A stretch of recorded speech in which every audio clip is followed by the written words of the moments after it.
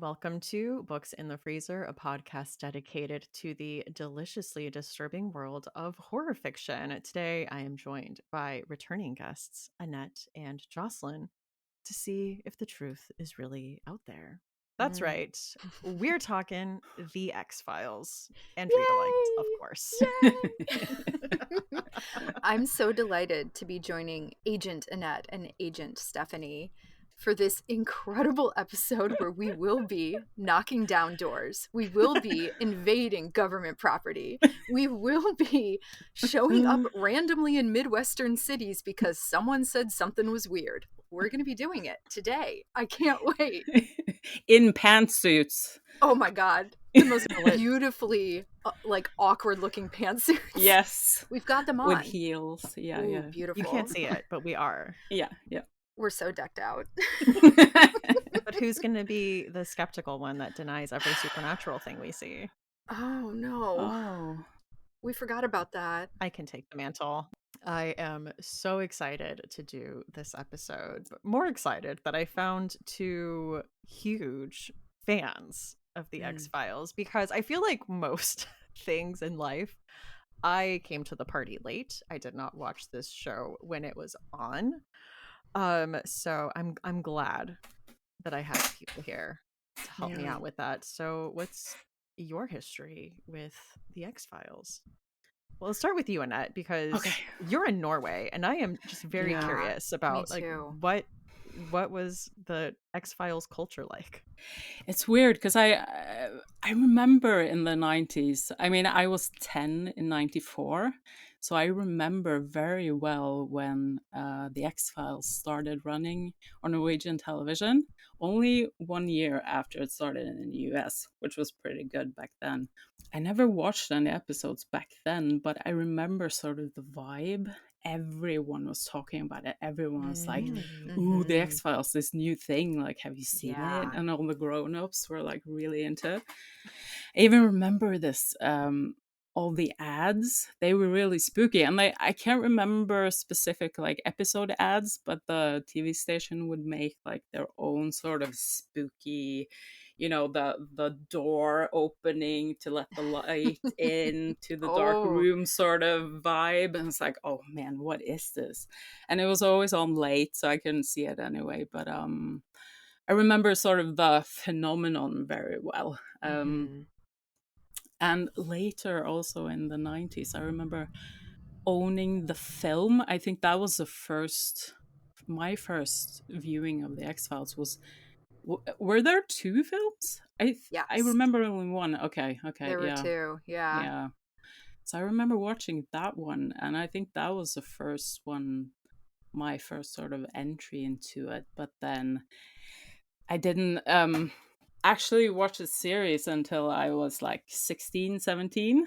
I think that was a better age than 10, to be honest. That would have been a little rough. I remember it being on late at night one summer, and they had one episode every single night that summer. And I remember staying up late, like after my entire family had gone to bed, and I would watch that, and I would be just like entranced by this, you know, weird spooky thing. And I just fell in love with it. I couldn't get enough of it. So yeah, that was how I got into it, honestly. How about you, Jocelyn? So I love that you mentioned the X-Files with summer and staying up to watch X-Files during the summer. So I'm a little younger than you, and my parents were extremely into the X-Files during its initial run. So I remember, I remember all of the TV ads. I remember the hubbub, the phenomenon as a kid, but I also the X-Files has always called to me. Okay. Yeah. My bedroom was at the top of the stairs in our house, and I remember Friday nights, that theme song hitting, and I'm in bed supposed to be asleep, and I'm like, oh, absolutely not. So I have all these memories of like creeping down the stairs, trying to like crane my neck around to see if I can see the TV to watch it. the couch in our living room has full view of the staircase. Okay. I was not being sneaky at all. And my mom was always just like, go back to sleep, Jocelyn. And I'm like, but I want to watch this. But my parents, my mom in particular, have always been like, you know, X-Files, like they've watched X-Files. And then we had this one summer where my parents remodeled our entire house, one room every summer. They're teachers, they had the summer off. And one summer we did our living room. And I think, I cannot remember what year it was. It was a Summer Olympics. It was one of Michael Phelps' first Olympics, if not his first, because I remember being like very in love with like teenage Michael Phelps, like watching the Olympics. But we moved our entire living room setup out to our detached garage, and which was really fun to have like an almost semi-outdoor living room for a summer. So I remember watching the Summer Olympics, and then my dad started buying box set DVDs of the X-Files off of Amazon. Right. So this was kind of novel at the time to have Amazon and like be able to just buy what you want. So my dad would like have a couple beers and be like and like order another box set of the X-Files. And we would just plow through these episodes in our garage living room that summer, and it really has that like the summer spooky feel. Like that is really what I associate the X-Files with. And me and my sister would stay up really late and watch like episode after episode, and then it would be dark, and then we would have to go back to like through the dark back to our house after all of these episodes of the X-Files.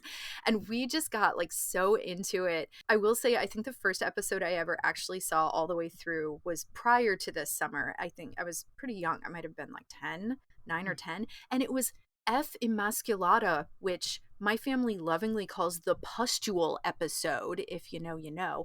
It's disgusting. It is a disgusting episode. And like that really, as my first X-Files episode, is just burnt into my brain. But it made me love it. I was like, yes, I'm here for all of this. But yeah, my sister and I really like got into it. We watched The Lone Gunman. We watched some of Millennium too. My sister would remember a lot more of that. Her memory's so much better about this stuff than mine. But we would start taping X's on our bedroom windows and like shining a light on it and stuff. Like we were like getting into the vibe, the aesthetic of the X-Files. But okay, so I have two like really kind of important memories that stick in my brain that have to do with the X-Files. One is much simpler than the other, so I'll start with that one. So Annette, you're right. There are two movies. Mm-hmm. I don't remember if we saw the first movie in theaters. Like, I don't think me and my sister saw it in theaters. I think we were too young. That was mid-90s. But the second movie came out in 2008, and we did go see it. So I have like the most perfect Jocelyn memory of the aughts, of the 2000 aughts. I went to Warped Tour all day. I was in the summer heat listening to like hardcore punk screamo music, like moshing, being disgusting and like super dehydrated. And then I, did that all day, and then drove several hours home from Warped Tour because it was like a distance from where I lived, and then met my siblings for the midnight release showing of X-Files: I Want to Believe. And I fell asleep. During it. And I was so ashamed of myself because it's a much quieter movie. It's a much quieter. The second one is such an interesting look at the X-Files. But I did go back and rewatch it in theaters. I was not going to allow me falling asleep to be the last word on that. But my second memory that is really like in my brain. Okay, so something that you have to know about me is that I love the X-Files, but I have like no patience for actual alien conspiracy theories. I will listen to those episodes of Last Podcast on the Left. I will listen to someone like talk about it or present a narrative about it. But as soon as I am like seated with another person in real life and they try to start talking to me about conspiracy theories, I like zone out. I have no tolerance for it. This is so boring to me. Yeah. And people just get so into it and they dig into all the nitty gritty, and I just don't have a brain for that. I dislike it. But because I like the X-Files so much, people sometimes assume that I also really like conspiracy theories. And my favorite episodes of the X-Files are the Monsters of the Week. The mythology is fine, but the Monsters of the Week are my bread and butter. I love those. Yeah, I agree. So this culminates in the weirdest Thanksgiving of my life. So my cousin was living in Bolinas, California for a while, working as an in-home health care aide for a novelist. And if you don't know about Bolinas, California, it is a very strange, kind of intentionally isolated rural town in Northern California outside of San Francisco where a lot of famous people live. So like the Coen brothers live there. It is very idyllic. It feels like Anne of Green Gables meets Narnia. Like, it's gorgeous. So I went to visit my cousin there for Thanksgiving one year, and we did a bunch of fun things, went into the city, etc. And I had Thanksgiving dinner with the family that she was working for. This Thanksgiving dinner had like a bunch of fame adjacent people there. There were like retired supermodels and people in important business and stuff like that, because these were the friends of the novelist that my cousin worked for. And so that alone was like kind of weird. But then my cousin was like, oh, you need to sit next to James during dinner. James is the novelist's son. You need to sit next to James because James is also really into aliens. You totally should sit next to him. You guys will get along really well. You'll have lots to talk about. I know you love the X-Files. And I'm like, okay, cool. Like, I'd love to talk about the X-Files with someone. Yeah. So I am seated next to James at dinner. James is not just into aliens. He's not just interested in aliens. James is none other than James Fox, the documentarian who is responsible for such classics as I Know What I Saw, Out of the Blue, and The Phenomenon, which came out in 2020 and was kind of a big deal. James Fox is a serious motherfucker. Like, he does FOIA requests like it's nothing. He interviews and gets testimony from retired military generals. Sorry, I'm like getting worked up about like how I was tricked into sitting next to James Fox. Now, and he's been on like the Joe Rogan podcast multiple times, buddy. Ugh. Here's the thing, like, James is such a nice dude. I am Facebook friends with James now. He's a great guy. I had a nice time sitting next to him, but he just started talking about this stuff and my eyes glazed over. And I was like, I just can't listen to this. But I got stuck with that for this Thanksgiving dinner. It's like, oh, sitting next to James Fox at Thanksgiving dinner is quite an experience. And I was just, I think it was like 20. I think I was 20 years old, and I was just like, okay, buddy. I mean, there's a huge difference between being like a sci-fi fan and I guess actually believing the stuff that the X-Files talks about. Exactly. And like, I do believe that there is intelligent life out there, just, you know, the odds of it seems like it has to happen. I don't care though about them like coming to Earth, or like if they're covering up stuff. Like, I'm just like, whatever. Like, if they're around, they're around. That's pretty rad. So yeah, that Thanksgiving, I'm just like, man, I got tricked. But I love the X-Files. I have an I Want to Believe poster hanging in my living room. Yeah, it's just something that's like really special to me and to my family too. So I'm so happy to be talking about it today. Oh, you do have a strong connection to it. Oh yeah. No, it is like every Halloween, my pumpkin that I carve is the X-Files X. That's what I do every Halloween. Oh, that's awesome. And I mean, you have a cat named Scully. That's right. Oh my God, I like forgot. My cat's name is Dr. Dana Scully. Yeah, she's orange. Oh, that's awesome. I came to it late. I did not watch it when it was on, but I had, I know I've talked about her before, but my very cool Gen X cousin who I was like obsessed with, and I wanted to be just like her. That was like my cousin who tricked me on Thanksgiving. She was my very cool Gen X cousin.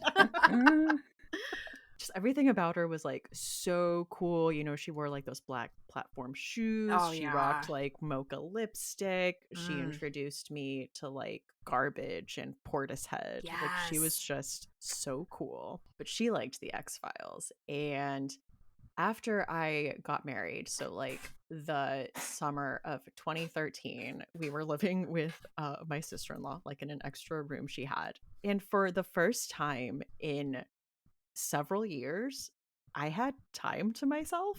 Like, I didn't live this like super regulated existence where I had to be in church like 3 days a week and be in school and do all these like church extracurriculars. I only had a part-time job. I didn't know anybody in Pittsburgh, so I just had time to kill. And let me tell you, I got caught up on so much TV that summer. I did nothing, and it was glorious. But the X-Files was streaming, and I started watching it, and I was like, this is a perfect marriage of, like procedural shows were huge in the odds. Like I watched a lot of Criminal Minds and CSI, so I was already down with that part of it, but also adding in this kind of supernatural part, which I Yes. loved from like the Twilight Zone Yes. type of stuff. And then Mhm.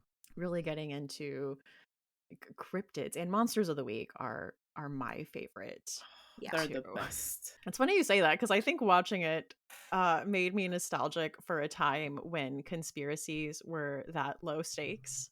Right?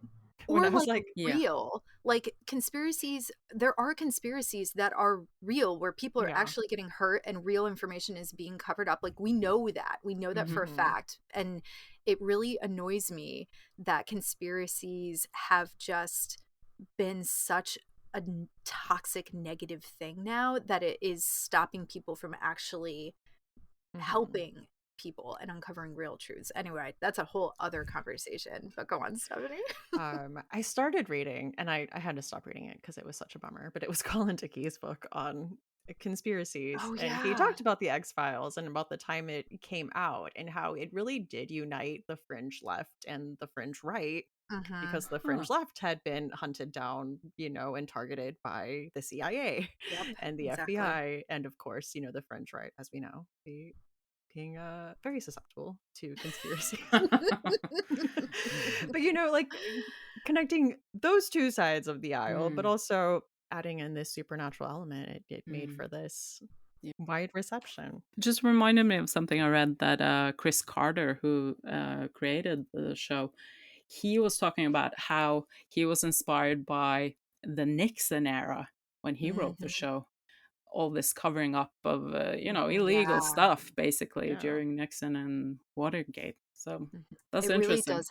It has that Yeah, feel too. It really does yeah, have that kind of Nixonian yeah. vibe about it. It was funny watching it in kind of the 2010s, because especially in the first season, there's a lot of episodes about like military conspiracies. Mm-hmm. And the show ended in like '02, I think, when we were really getting Mm-hmm. into our like, you cannot criticize the Yeah, Oh my military God, post right? 9/11 yeah. era. Ugh. Yeah, I'm gonna be talking about that a little bit Okay. later.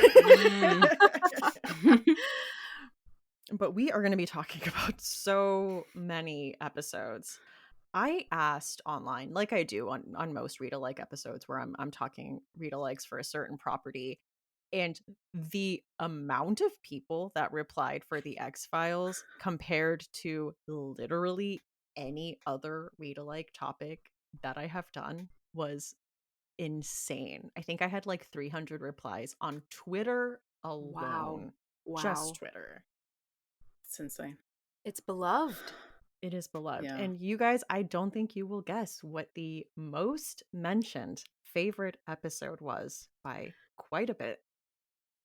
I'm going to take a stab. I'm going Okay. to take a stab. I did scroll through a little bit of the Hmm. replies on Threads and Twitter, but not, I didn't like exhaustively look. And it was earlier on, like earlier when you posted it. But I'm going to guess, is it Clyde Bruckman's Final Repose? That's number 2. Ah, all Number right. 2. Wow. Mhm. Is it a Monster of the Week episode? It is. Okay. Oh man, I'm blanking again. But is it the Bad Blood, the vampire episode? Yes. Is Yes. it? It Yes. is. Yeah. I mean, it's so funny. It That is episode's really good. genius. Yeah, yeah. I think like Okay. when we get into our favorites, like the funny ones are Yeah. some of my absolute favorites. It's like what really solidified my sense of humor. The Yeah. X-Files of all things. Yeah, it was. So it was Bad Blood, Clyde Bruckman's Final Repose, Which is also funny. Jose Chung's From Outer Space, Also funny. Home, Not funny. not funny. Beyond the Sea was mentioned a bit, Oh, that one is, Triangle. yeah. The triangle, Mhm. yeah. Mhm. Those are really Um, good ones. but Bad Blood by like Yeah. a I ton. And mean, Luke Wilson is absolutely incredible in that episode. It's Yeah. so funny. I love how he changes I'm sure we're going to talk Yes. about it. But he Yeah. changes, he gets extra teeth for He's when like Mulder is talking uglier. about him. Yeah, Yeah. It's one of my Readalikes, but Oh, yeah, good, that good. is so funny. I know. That makes me happy that people really like that one. Because yeah, I love all of the funny ones. I just think they use um juxtapositional humor so well in the X-Files. They make fun Mm, of themselves so wonderfully. They're yep. so self-aware. The X-Files is so self-aware, and it works so freaking well, both in the more serious episodes and these humorous episodes. And just like with horror, you want to make sure you have some humor to cut the seriousness Mm, too. You know, it makes it all, just like if you put like salt and sweet together, it just like makes yes. the flavor explode. And that works really well in the X-Files and with like horror books. I feel I really like a little sprinkle of Yeah. humor with my Yeah, I horror. agree. Yeah. And I mean, I also, if we're going to jump into favorites, like I like all Mhm. of those, all of the funny ones. Mm, Clyde Bruckman's Final Repose is like, first of all, the highest rated episode on IMDb. And yep. it is such a stunning episode. It's funny, it's self-aware, it's philosophical. Mm, It's just like, I absolutely love that one. And the pilot, I do want to Mhm. take a moment to talk about the pilot. The pilot of The X-Files is like one of the most perfect pilots ever written. Anyone who has either watched a lot of TV or who has studied TV writing like I did, you know that pilot episodes usually are trash. Like they're just weird stabs in the dark. They don't know where the show's going. The show obviously takes a while to evolve and like find its footing. The pilot of The X-Files nails it in one. Like it knows what it's doing. It knows what it wants, and it absolutely sets up the entire series for years to come. You've got the dynamic between Mulder and Scully perfectly crafted, perfect chemistry between the two of them. And you also have this wonderful arc of like Scully coming in. She's there to disprove what's going on. She's there to watch what's going on and report back. She's kind of this young phenom. Mulder, unhinged from the go, absolutely But so wild, hot. but so yes. hot. Both of them are just so hot. And he's just like going for like the throat immediately on these things. And she's like totally blowed over by this. And then you've got her starting to believe a little bit by the end of that episode. Like she has Mhm. this panic moment, a bit of a sexy moment, where she like Mhm. runs into Mulder's hotel room thinking that she has developed this Mm. affliction that is a sign, a negative sign of things that have been happening in this case that they're investigating. And she's in her underwear and she's like, you have to check this thing on my body, because she thinks it's like this thing that's been going Mhm. wrong with these teenagers. And this Mulder checks, oh my God, it's like so steamy, like It's right bad, from the yeah. beginning. And she's fine, of course. But it's like such a perfectly crafted pilot. It's like one of just a handful of perfectly crafted pilots, in my opinion. One of the other ones is the pilot of the OC. So I feel like that pilot is absolutely perfect. But yeah, I mean, The Rain King, which is season 6 episode 8, is a fun, lighthearted kind. It's not really a monster of the week, it's more like slightly supernatural, but it's a great Valentine's Day episode. Like this woman is in love and her heart's broken. Well, she's in love and she's not crying for the first time, she's not upset, and all of a sudden like her community hasn't had rain for a while, and then her heart gets broken and she's like just sobbing, and then just torrential downpour. So like this whole thing of like, why is there no rain?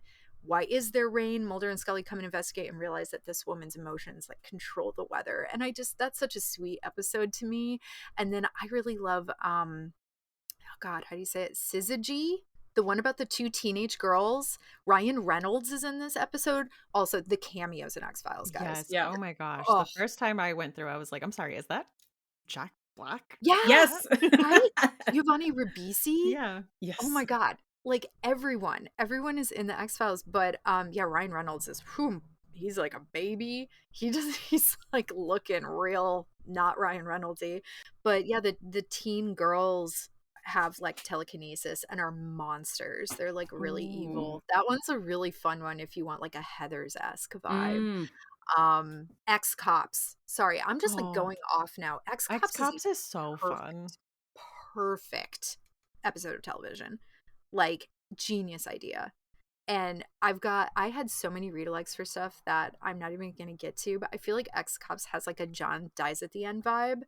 And FM Escalada, the Pustules one, really reminds me of The Troop. And that one is a favorite of mine too, obviously. But I'm gonna like stop talking about my favorites because every episode is my favorite. There's so many great ones. I really, really like, because when I revisited a lot of episodes this spring, I chose these Monsters of the Week episodes that I remembered liking, and then I went through this whole list to see which ones were highest rated. So I feel like I got this like embarrassment of riches because there were so many great ones, like the one called Monday, where the day resets. Yes. They die in a bank heist gone wrong, and then the day resets, like eternal resetting. Yeah. Oh, that's such a good one. And also the one called Drive, that's got Bryan what's his name? Cranston. Bryan Cranston. Yes, talk about a cameo. Oh, man, and he's so good in that one. He plays a man who something's happened, like the government's been doing some kind of stuff close to where he lives, so he's got this thing in his inner ear, so he hijacks Mulder's car and makes him drive west. But of course, when you're driving from Nevada or wherever they are going from, you're gonna run out of west, as Mulder says. So I really like that one. That was super spooky and just creepy. But and also there's one called, I think I'm pronouncing it correctly, Folie à deux, like Madness Shared by Two. It's this workplace horror where this guy keeps seeing his boss. Like he can tell that his boss is this life draining huge insect, and whenever his colleagues are called into his office, they come back looking like completely like zombies, like drained of life. And and he's the only one who sees it, so he starts taking people hostage, and then at the end Mulder sees it as well, and it's just a super spooky, I think very apt, workplace horror concept that maybe a lot of people can recognize themselves in. But also I wanted to mention the one called from the later seasons, called Mulder and Scully Meet the Were-Monster. That one was mentioned a bit too. Oh man, that's really good. I think his name is Rhys Darby. He's a New Zealand actor. He's been in Our Flags Mean Death, for anyone who's seen that. Okay, yeah. He's so funny. I think he's incredibly funny, and just the way he runs around in this this lizard suit, very, very good. And that one's very sort of self-referential as well, I think. And no, it's good. That's some of my favorites, in addition to the ones I'm going to be talking about later. I'm really happy to hear that folks online called that one out as well as one of the later season episodes, because I really liked the more recent seasons, the ones that came out a couple years ago, and I feel like they didn't get as good of a reception, or people don't think about those seasons as much, but I felt like they did a really good job with those seasons as like late follow-ups to the original series. Yeah, I agree. I really love postmodern, of the ones I'm not mentioning. I love the postmodern Prometheus, the like black and white Frankenstein kind of one. With Cher. With Cher. Oh, yeah. I love it. I love Eve. Yes. Eve 6, the band. Yep. Got its name from that episode. There's so many cultural. I mean, we cannot spend all the time talking about the cultural impact of the X-Files. but Yes, Eve massive. 6, the fact that Final Destination was supposed to be a one-off X-Files my God. episode. Like Yes. there's so much. I do love Darkness Falls, even though the effects on that So bad. episode are so But it's a good one. It is a really, and It is a good also one. extremely attractive gentleman in that episode. Like the eco-terrorist in that episode. Oh, buddy, that mustache. Thank you. Love. I do like Dwayne Barry. Me too. There was one I watched recently. I messaged you guys about it. Um, Not a favorite, but it was just so funny. But Jane Lynch is the cameo, and it's like a bug Right. episode, Yeah. right? Where like a kid dies in a very like jackass Oh my God. Oh yeah, that's adjacent. right. Yeah. Yeah, where they have a show where they just do like pranks, but one Mhm. guy's like whole head just caves in and Mm-hmm. bugs are related and Oh yeah. somebody is controlling the bugs. Is what's his name from Breaking Bad also in that? Yes, it is. Yeah, yeah. Not Bryan Cranston. Mm. Aaron, what's his name? Yeah. Yeah, that's Yeah. him. I need to rewatch that one. Yeah. Yeah. All right. Well, we have had so much to say, but are we ready to I just get into know. Readalikes? Yeah. Sorry, this is gonna be such a long episode. I can start off with one of my favorites that was mentioned a handful of times. That is season 2, episode 14, Die Hand die Verletz.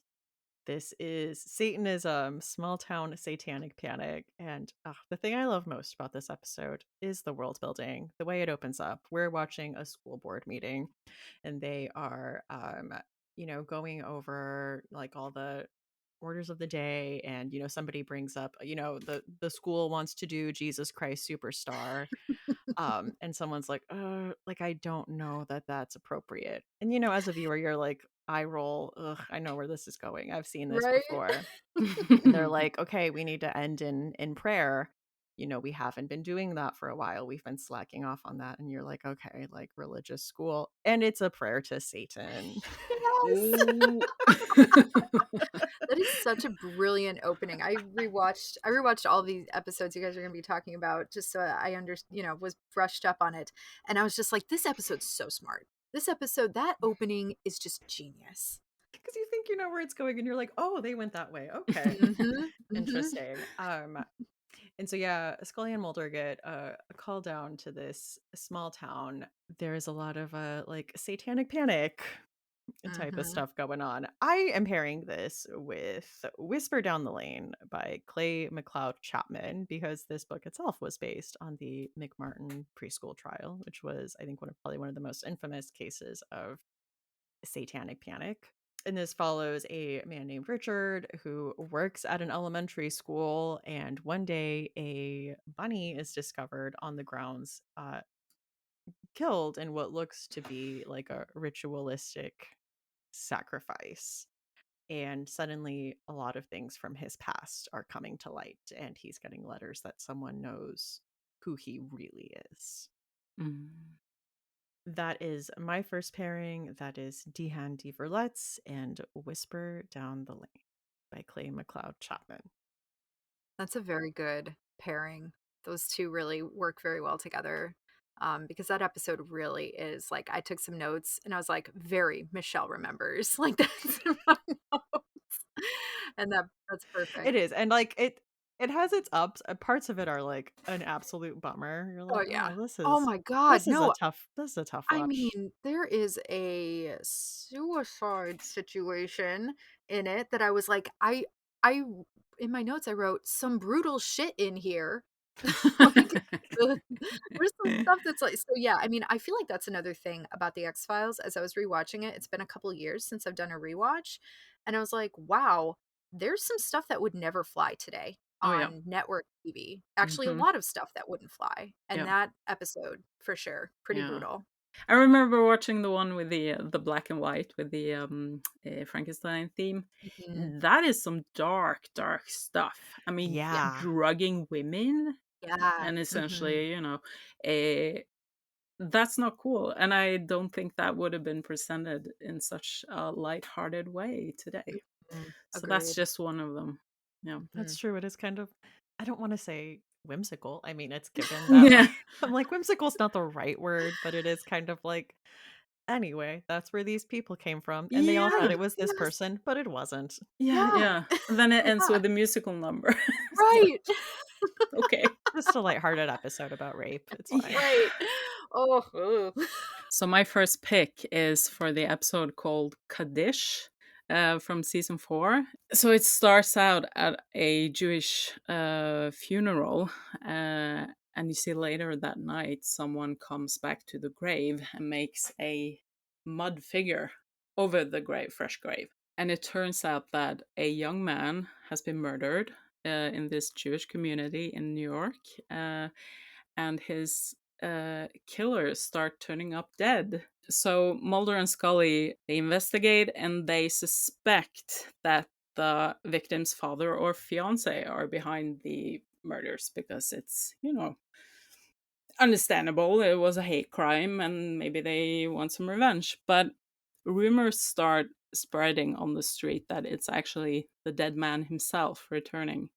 He's even caught on security tape. It ends up being this sort of very bittersweet thing where his fiance is the person who created this golem. So it's not actually the dead man, it's a golem created in his image. It ends up with her being the only one who can stop this golem.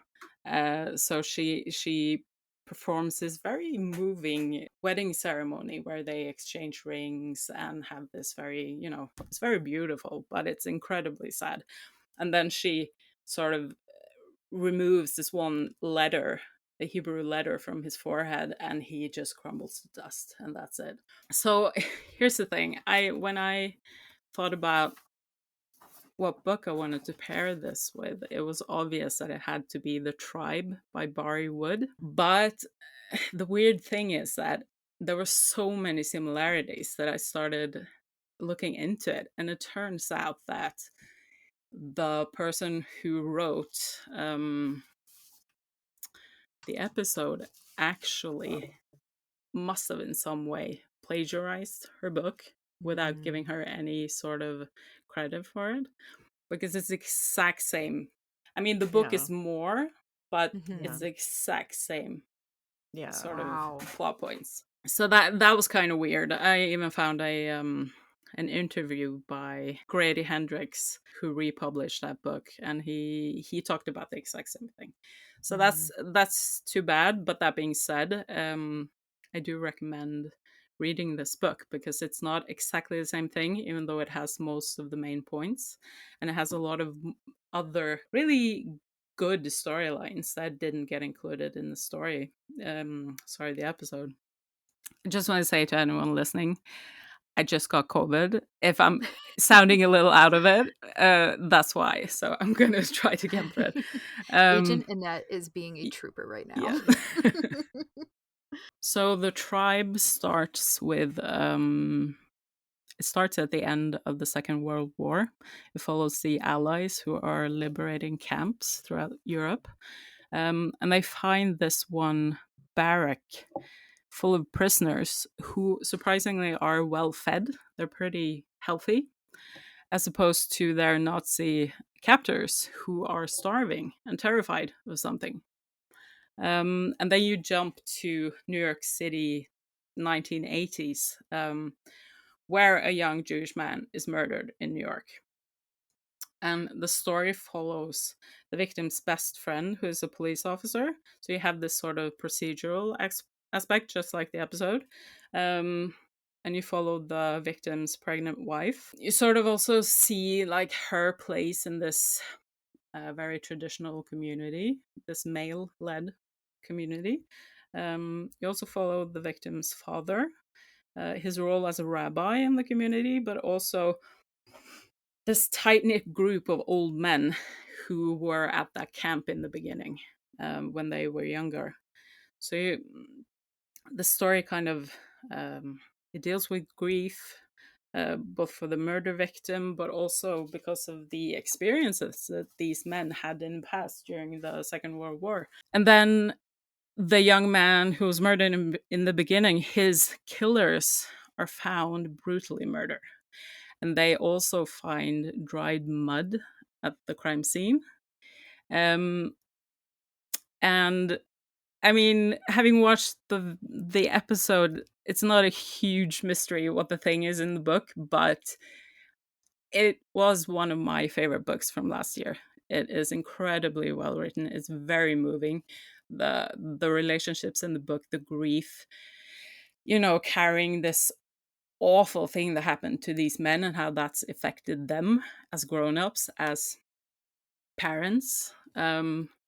It's very, very good. So that is The Tribe by Barry Wood, paired with the episode Kaddish. I really like her work. I feel like she doesn't get enough credit, but it's Yeah. always like it's beautifully written. Her stuff is Yeah. always beautifully written Yeah. and really entertaining, but also meaningful. Like it's Yeah. not just popcorn. Yeah. It's always great. And I also, The X-Files does this a couple times. They directly confront anti-Semitism in the show, which I really appreciate because a lot of, especially like far right conspiracy shit is like very anti-Semitic. So it's nice, like the X-Files does not really tolerate that. And I Mhm. think that is important and necessary to do if you're going to have a show that kind of plays around with this sort of thing. You have Yeah. to make your stance known Yeah. in these sorts of things. So that's only one of several episodes I feel like that does that. My first pick is season 1, episode 10, Fallen Angels, which is a pretty early mythology episode. I think it's a very successful mythology episode, especially for that early on in the series. Basically, there is a crash landing of a craft, and Mulder inserts himself into the situation, wearing a stunning black on black on black ensemble, black turtleneck, black leather jacket, black jeans, looking good, hair perfect, going into this scenario where he's not supposed to be. And he's always just getting himself stuck in these situations, and he gets caught. Of course, he gets caught every freaking time because he's not actually that stealthy. And they lock him up in like this holding cell area where he meets this guy named Max Fennig, who is with NICAP, I think, which is one of those kind of truther alien investigation groups like MUFON. And they start to talk, and Mulder gets interested in Max. And the whole episode is basically like, there was this crash landing. Mulder thinks that it's an alien craft. He's pretty certain there's alien life associated with that craft that's crashed.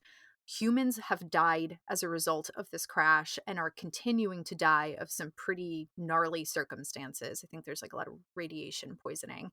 And the military is covering it all up. There's a really nasty, like, general involved who's just like screaming at people all the time. There's a wonderful scene where someone's brought into the local hospital and the general's just trying to bully his way through everything. And one of the doctors in the hospital is like, I don't respond to fascists. And it's like, yeah, buddy. Like, he's just like not having it.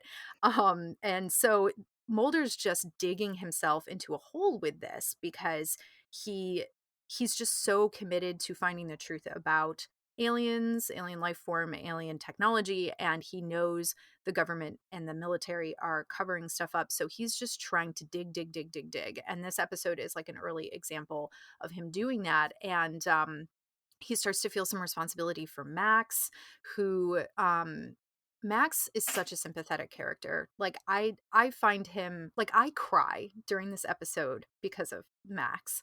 He was an alien abductee when he was a kid. He now has epilepsy. He's got implants. Mulder is starting to think that he is an important connection between what Mulder is trying to uncover and like, the truth and how to get it out to everybody. And so he becomes invested in Max, and he tries to help Max, and Max is just a pawn. Like, this is what upsets me so much, is like Max is used as a pawn by every group involved in this. Mm. He's used as a pawn by the aliens, he's used as a pawn by the government and the military, and by Mulder. And by the end of the episode, he is taken by the military and then ultimately taken again by the aliens. And it makes me cry every time. This episode really, really gets to me. I know I just went off on how, like, I am not a conspiracy theorist person, but I am someone who thinks that governments should be held accountable. And this episode really speaks to that. Mm. I feel like there's a lot of bullying. There's a lot of word twisting done in this episode by the government and by the military. Mhm. And it is really stark seeing how many, there's like over a dozen people who die in this episode because of this incident, and they just don't care. They just cover it up entirely. This episode really emphasizes that theme of the mistrust in the government and like question the government and that sort of thing. And Mulder really wants to expose what happened and bring justice to the situation. But when we get to kind of the final beats of the episode, he is ultimately threatened and silenced by his bosses, by shadow entities, by the military. And he says this like great thing in one of his debriefings at the end. He says, "How can I disprove lies that are stamped with an official seal? No one, no government agency has jurisdiction over the truth." Which is such a Mulder thing to say. But also it feels so, true. It just hits pretty hard. Yeah. And I feel like this is a good example of that running theme throughout the entire series. That is like the futility in this search for the truth. And even when you find it, can you even effectively share it with the public? Or, are you going to be made to sound crazy? This is a good classic episode, Fallen Angels. I feel like it got like the lowest ratings in the Nielsen system, which I think is kind of weird because I think it's solid. Like I think it sets up mythology moving forward. But yeah, I mean, I just like, it's heartbreaking to me. I cry for everybody. I cry for Max. I cry for Mulder. I have nightmares about being like silenced and ignored, when you're like trying to talk, but you can't, or you're screaming, but no one can hear you. And this episode like really triggers that for me. The good thing, the interesting thing, I don't know if it's good or not, but Max comes back. So Max is taken away at the end of this episode in season 1, but he comes back for a 2-parter in season 4, which is pretty cool. I like how they tie all that together again. But my read-alike for this episode, my read-alike for Fallen Angels is Bent Heavens by Daniel Kraus. Bent Heavens, oh man, this book, it's technically YA, but yikes. Dark. It's so dark. Ben Heavens is about a teen girl whose beloved father goes missing while hunting for the truth about aliens. And she takes it upon herself to prepare to like rescue him or take revenge against the aliens. And she's doing all of these preparations, kind of like following in her father's footsteps. She's got traps set up. She runs these drills constantly. And then one day all of her training pays off and she captures what she thinks is an actual alien. Like it really looks like an alien. She's like, oh shit, here we go. It's go time. So she decides to hold the alien and with her friend try to get information out of the alien about where her dad is. And this escalates to just a devastating degree. Like everything about this episode is emotionally devastating.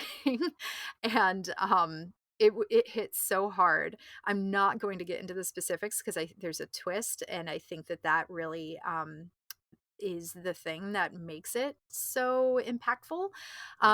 But Daniel Kraus wrote like an afterword or like a note at the end of this book talking about the US government's reprehensible use of torture and the futility of torture in general, which just does not work the way that people think it want it to, I guess. And this book is extremely effective in commenting on that particular topic. And it wrecked me. It also is about the lies and shameful behavior that the government is capable of. So I feel like that is a theme very strongly connected to the X-Files and to Fallen Angels. And, like what Stephanie was talking about before, this like really speaks to those of us who saw the Abu Ghraib photos as teenagers, who saw the torture photos, and were like, oh, the rage I feel at my government for doing something like the rage I feel at these people who are US citizens like me doing this to other people. Yeah. And it is so interesting how, the X-Files taking place mainly in the 90s really is like emphasizing like looking in at your own government, having a healthy mistrust, questioning things. And then as soon as we had that external enemy again after 9/11, yeah, it was like we no longer want to be questioning ourselves. We want to be rah rah America, and there's some danger in that. I am not actually like fully like anti-government. I am pro keeping my government accountable, and I feel like Bent Heavens really touches on that, and so does Fallen Angels this episode. So I would say also, like, if we're going to do freezer ratings, Bent Heavens is a freezer book. Yeah. It is gross. It is gory. and it's challenging. Yeah. So just FYI. Emotionally devastating, emotionally scarring. Mm. My next episode is a little more lighthearted. Yay, good. I am doing season 6, episode 15, Arcadia, which is the like HOA suburbia episode Such a good where episode. yeah, it opens up with like a couple that lives in this suburban neighborhood that has like a very strict HOA with a lot of just like dumb rules, and you see them die. And then you see Mulder and Scully undercover as a couple moving into this suburb together and kind of like literally playing house. They're so funny too. They're so funny together. Yeah, and this episode is just funny. And I think obviously anyone who has ever lived in a community with an HOA can relate. But I, of course, had to pair this with suburban horror. So I went with A Better World by Sarah Langan. Although I could have also done her novel before A Better World, Good Neighbors, which is more about the like interpersonal drama with suburbs and like cliques and people turning against each other, kind of more of like a Monsters Are Due on Maple Street type of thing, like Yeah. distrust being sown. So A Better World is kind of lightly dystopian in a future that's ravaged by climate change. Like living conditions are just awful in America in A Better World. So this main character is a doctor, and her family essentially wins this like very rare opportunity to live or to visit Plymouth Valley, which is essentially like a company town that's very regulated. Like they have great air quality, great schools, great neighborhoods. Um, but it really depends on how they do on this interview, because it's like very strict. Like, but once you're in, and there's usually not a lot of openings because not a lot of people leave. So they do get in, and they end up staying, but there is kind of this strict and odd vibe around the place and rules and like understandings of like what needs to be done, and there's like weird festivals they have to go to. So I thought she did like a really good job of making it somehow both modern but also kind of folk horror-y Yeah. in a way. And so like as she's getting in, you know, she obviously wants to get in good with her neighbors, and she kind of gets invited to go out to dinner with kind of like the like in a sense kind of like the PTA moms, like the big dogs. Mm. And Big they're dogs, out yeah. at dinner, and this woman is like a mess and a wreck, and she's kind of coming and like crashing this party, and they're just kind of ignoring her or trying to like brush her off. And she's kind of connecting the dots like, oh, this is why that house opened up, like something happened here. Then that woman goes to like turns around and does something pretty bad, and everyone is just kind of like, yeah, like obviously an awful person would do that. And our main character is like, oh, there's something here. And so I just thought it was really great world building. I had a really good time with it. So, and I thought it fit this like kind of sinister outside force with like dumb rules plus suburban Mm. America Oh thing. yeah. So that is Arcadia and A Better World by Sarah Langan. That's a really good pairing. Arcadia is such a fun episode too. It also like really triggers that rage inside of me of like, just tell me why I can't do something. Just tell me, give me a good reason. Yeah. Yeah. Because they just It's just refuse. the way we do things. Yeah. Right. Yeah. Only Not 3 understandable yet. colors of Yeah. paint on your house or whatever. That's just Yeah. weird. Grass has to be at 2 inches at all times. I mean, I hate HOAs. I will never, unless I am forced, I will never live in one. I can't stand it. Okay, so the next episode that I picked is called Tithonus from season 6. It's episode 10. So this episode basically is about how immortality is scary and not something to wish for. So Scully and a new partner in this episode investigate a crime scene reporter who seems to always be present after people die, and sometimes long before the police actually arrives. So he always gets these really brutal pictures. So they start looking through his personnel files, and it turns out that this guy hasn't aged since the 1920s. Um, uh, so, of course, they think he's the killer. They think he's killing these people and then taking their photographs. But um, after a while, it turns out that, and of course, Scully doesn't believe him, but it turns out that he even shows her his his powers. Uh, it turns out that he's able to see people before they're about to die, so he can tell by the fact that all the color drains from them. So he can see when they're about to die. So he follows them because he's desperate to catch a glimpse of death, because he himself, over 100 years ago, was supposed to die of the yellow fever. And he, in his, fever state, he saw death coming down um, the line of sick beds, and he saw death picking people, um, their souls, I guess. And when he came towards him, he didn't want to die, of course, so he just looked away. So death harvested this poor nurse instead. So he was essentially skipped. Um, and the problem there is that once he has been skipped, he can't die. So the guy's been around for like 150 years, and he's lost all the joy he once had in his life. He's lost his wife.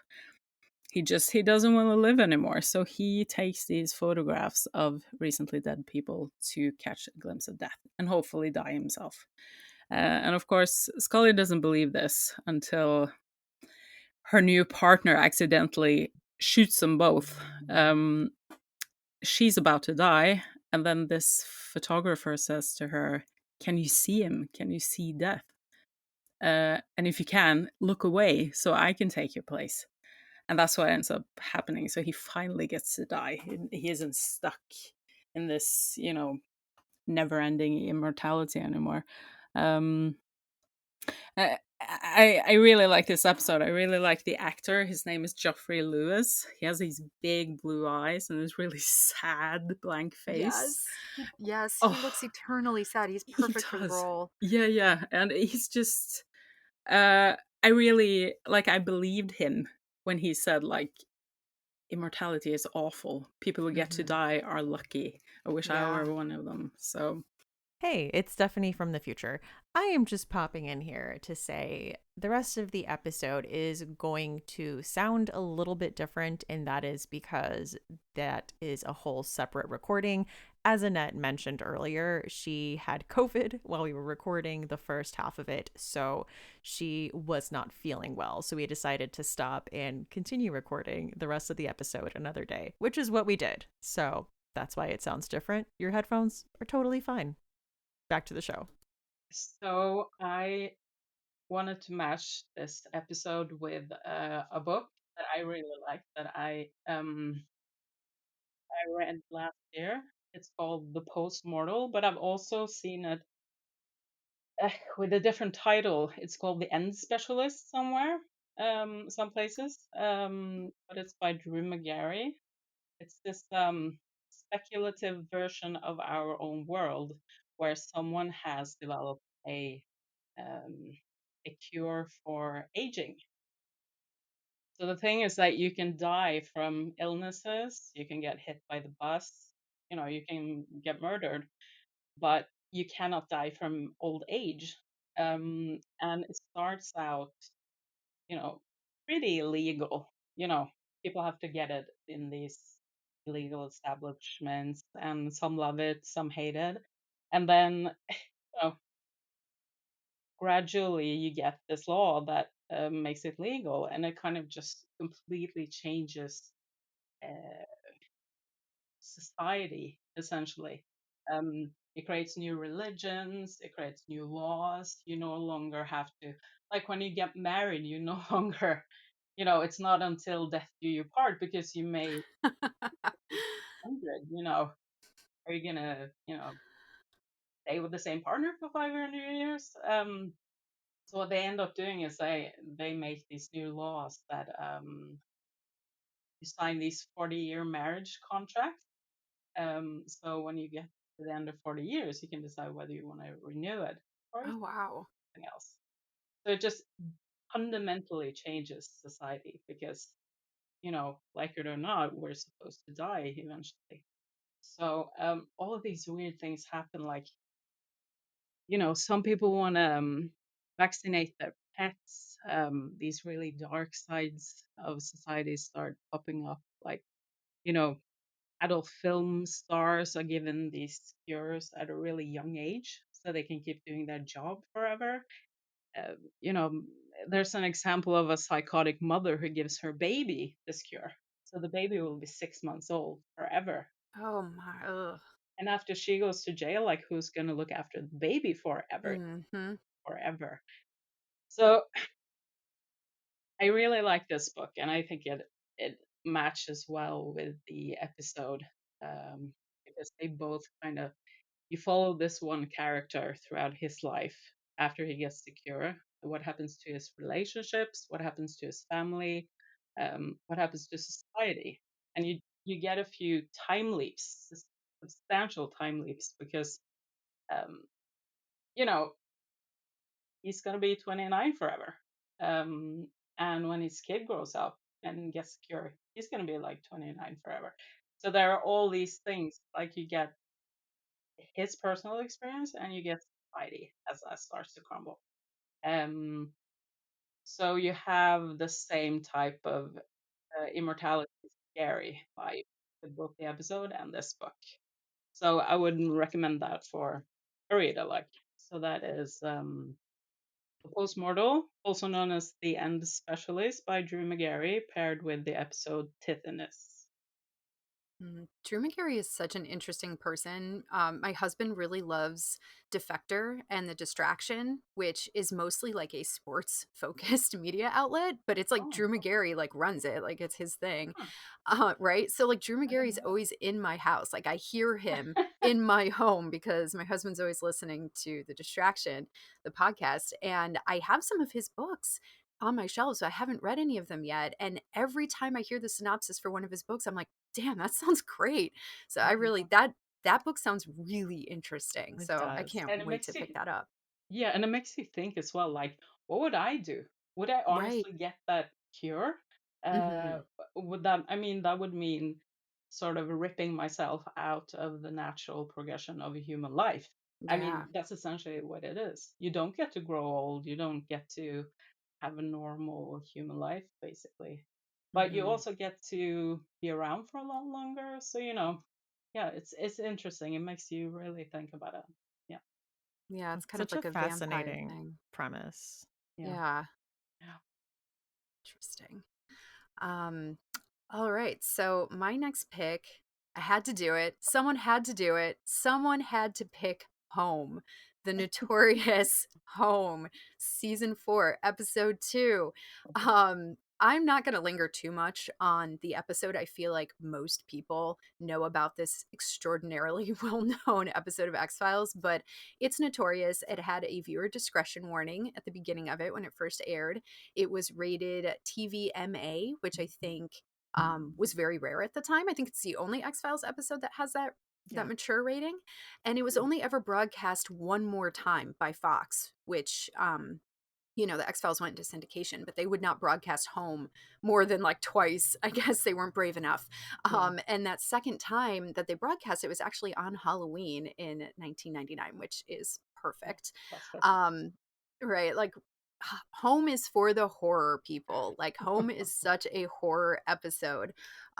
It follows an impressively inbred family, the Peacock family, and it takes place in like Western Pennsylvania, which I did not realize until I did this rewatch, but they reference the Pittsburgh field office a couple times.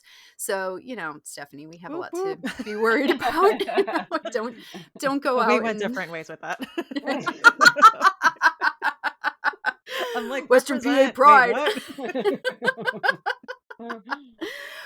But this episode, I mean, Scolder. That's the fandom name. Why not? Why not? Mulder and Scully are called to this idyllic small town in western Pennsylvania because some kids who are trying to play baseball uncover the remains of a newly born deceased infant, and it's close to this real freakish family, the Peacock brothers. It's close to their property, so there is some concern slash suspicion that the Peacock brothers, who are terrifying, they are absolute freaks of nature, like real Rob Zombie shit. There's concerns they might have kidnapped a woman and are holding her hostage, and potentially there's sexual assault happening. So Scully and Mulder show up to investigate. Things get really out of hand. This house it's a true horror show, like truly Rob Zombie shit. It's so nasty. There's like blood and viscera everywhere in the house. When they go in there, they're like flies. The Peacock brothers are just monstrous, super strong, really freakish, kind like they're humans technically, but they sure don't look like it and they sure don't seem like it. They don't act like it. And it just kind of goes off the rails. And by the end of the episode, they do discover, this is like the classic whoa part of this episode, that their mother, who is a quadriplegic, lives under the bed in the house and is like on a dolly, and they like pull her out, and she just exists under the bed. She also is freakishly inbred, and these babies that the remains are being found, these babies are hers and her son's. And so it is extremely upsetting. But this episode touches on a lot of interesting topics, which is why I think it is such a solid episode. It talks about themes of the traditional family and traditional family values, but distorted, obviously. It talks about motherhood. It talks about anxiety around technological advances in the 90s. And there's a lot about isolation versus globalization. There's also a lot of conversation about the Civil War coming from Mama Peacock, which I find so odd, but it works in the episode. Like when you watch the episode, it makes sense. She's talking about the War of Great Aggression and whatnot, and like being violated in her home, and this idea of this small idyllic American town being violated by this unspeakable horror of this family. There's just a lot going on in the episode, and I think it's really smart, but it was scandalous. The episode itself was scandalous, and it is very brutal. So, warning for an enormous amount of gore and some pretty messed up imagery. But the read-alike that I picked for this is Misfits by Hunter Shea. I love this book. This is one of my all-time favorite horror books. It is brutal as well in similar ways. So Misfits follows a group of best friends in high school living in a small Connecticut town in like the early 90s. They're like a bunch of stoner grunge kids, like mostly more outcasts than not. Some of them kind of float in and out of more popular groups, but they all come from broken or abusive or just basically like challenging homes. They're all neglected, and they all kind of really bond with each other. They have this really strong found family connection. And then when one of their own ends up being brutally assaulted, they decide as a group to take justice into their own hands, and they take the attacker out to the woods to leave him for the Melonheads, which I had never heard of Melonheads before this book, but they're like a cryptid, kind of folklorish, creepy monster. And I think they're mostly in the New England Eastern Seaboard area, but I again don't know much about it. Perhaps Melonheads travel. Perhaps they are in woods all around. And I think they take different forms. But the Melonheads in Misfits are these deformed, violent, feral human beings living out in the woods of Connecticut. So there is a strong Peacock connection there. Like I imagine them as the Peacock brothers. That's kind of what I see in my head when I think of Hunter Shea's version of the Misfit or of the Melonheads. And so basically these kids, they take the attacker out to the woods to leave him for the Melonheads to be like ripped apart or whatever. But it backfires. It backfires on the kids, and they end up being in way more trouble than they ever could have imagined. Most of the book is them basically fleeing or fighting the Melonheads, and it's pretty brutal. I love this book so much, though. It is really gory. It's really intense. It's a nonstop wild ride. But the characters and their friendships with one another and how they like fight for each other, even if it's like really messy, even if it's not enough, they just like don't sit down. They always stand up for each other. I loved that so much. It just felt Yeah. so good. Um, but yeah, as I said, the Melonheads obviously remind me of the Peacocks. There's a brutality there, there's an isolation. Um, and also there is a strange like breeder thing at the end of this book that also there's like a connection to the Peacocks there. But another thing about Misfits that I just had to mention, it's so weird because it is such a violent book, but there's something about it that feels really nostalgic and almost cozy to me, almost cozy. It really triggers like this personal nostalgic feeling of, you know, being in high school, riding in your friend's car, going through back roads at night, listening to like Chris Cornell's beautiful voice just drifting out of the car stereo.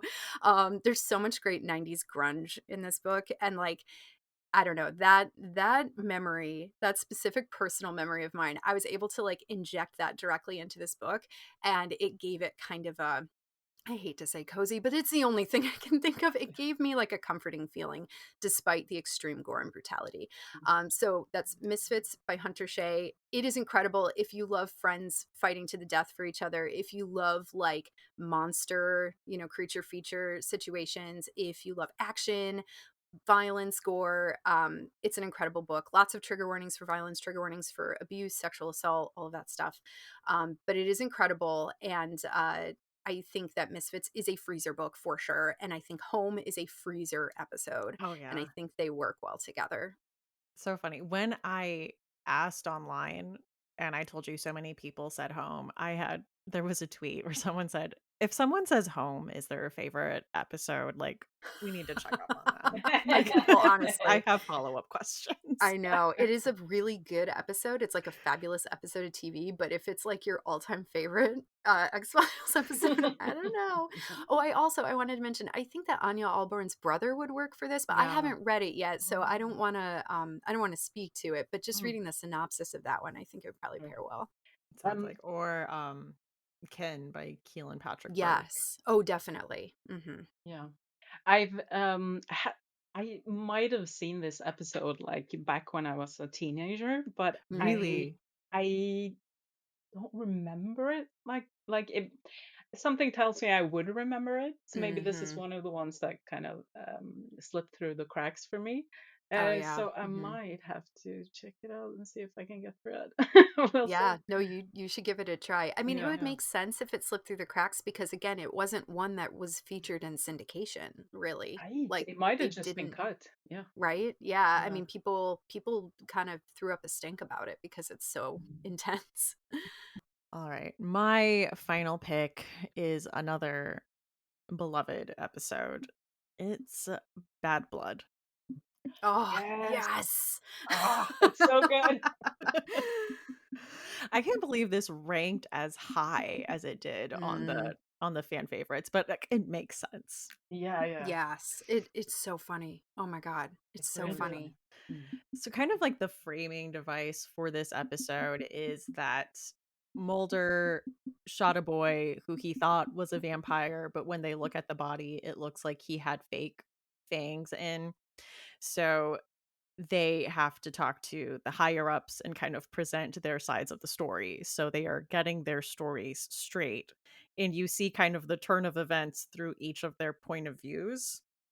And it starts off with, shoot, does it start off with Mulder or Scully? I think Scully, because Because Mulder Luke has this Wilson. idea of the sheriff that comes in Yes. later. Yeah. So we start off with Scully, who talks about how, yeah, they were summoned to this small town, and you meet small town sheriff Luke Wilson, who Mhm. is suave. He's got this like really charming southern accent So and attractive. Yeah.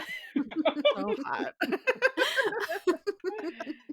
They're looking at all this stuff, and the funny part of the episode that comes in is when we switch to Mulder's perspective. Yes. And we again are in this small town sheriff Luke Wilson walks in, and he is wearing these obnoxious teeth, and he is just an I know. absolute goofball. He's so doofy. What an amazing role. Like I hope Luke Wilson had the best time playing that character because it just looked like so much fun to play. And then, yeah, I mean, just as the episode goes on, there's like little discrepancies over like what happened. Because like when Mulder discharges his weapon, he's like on one of those like vibrating massage beds, like eating a Oh pizza. yeah. And just like everyone's turn of events towards that in this episode about like possibly vampires. I had a few books just because there's so many like different aspects of the Mm, episode that make it work. So if we're yeah. talking Yeah. about the vampires themselves, at the end of the episode, there is a shot where they are at an RV park and they are being surrounded by these vampires with green eyes. One of them, spoiler alert, being Luke Wilson. Mhm. Mm-hmm. Yep. And then they get knocked unconscious. They wake up and all the RVs are gone. And so I thought for the very specific trope of vampires traveling in RVs, I have to say Dr. Sleep. Yes. Absolutely. Yes, that's perfect. They're a different kind of vampire. They Yeah. go after people, after children and young people that have the shining, and they like Mm. suck that energy and their life force essentially out, Mhm. and they're on the lookout for these people. I loved Dr. Sleep. Yeah. Yeah. I listened to it as an audiobook. I thought it was fantastic. I thought the Mike Flanagan adaptation was Yeah. incredible. It I was. I love that love movie. Rose the Hat. Yes. Yeah, yeah, yeah. Oh, she's fantastic. So I had to pair it with that just because there's so much about these like RV vampires. But Which I also, love the idea of an RV vampire. Like, I think that is brilliant. I love the Yeah. vibe. It's like so different from what we Mm. normally think of as these like elegant ancient beings. But yes. Mm. honestly, you have to travel if you're immortal. Like, you Yeah. can't be hanging out. People are No, going to you start can't. noticing. Yeah, you Yep. can't lay Mhm. down roots. You can't like Mm-mm. establish a reputation or be No. known. No, yeah. You have to be mobile. Yes, you got to get out of there. Mm-hmm. But this is also an episode about unreliable narrators. And so I wanted to pair this with Catriona Ward's Looking Glass Sound, Mm. Ooh. because I don't want to say too much, but it is one of those books where like you think you have a story, you think you know what's going on, and then you find that there's like a whole other layer Mm. of things that are going on. And then I was also thinking about the most visceral time I remember experiencing this as a reader, and it was reading Gone Girl. The whiplash I had when there is a revelation that is made, and we Mm-hmm. get a whole other, a kind of new perspective on this. Mm-hmm. I remember I was sneaking reading this in my cubicle on my phone, and like the gasp that I let out of like, Oh, yeah. what? Yeah. Oh my God. Mark and I were just talking about Gone Girl the other night too, because we were like, when will we ever experience something like Gone Girl again? Because we were like, oh, The Sixth Sense was kind of like this. Like, Mm. we were just kind of talking about these like unbelievable media moments where you're just like blown away with the twist and you didn't see it coming ever. And it's like, when are we all collectively going to have another Gone Girl or another Sixth Sense? I don't know. Had you read it before watching it? Yes, yeah. Hmm. And Oh, but it man. was still amazing. Like watching the movie was still amazing. It is, yeah. I hadn't read it actually, but I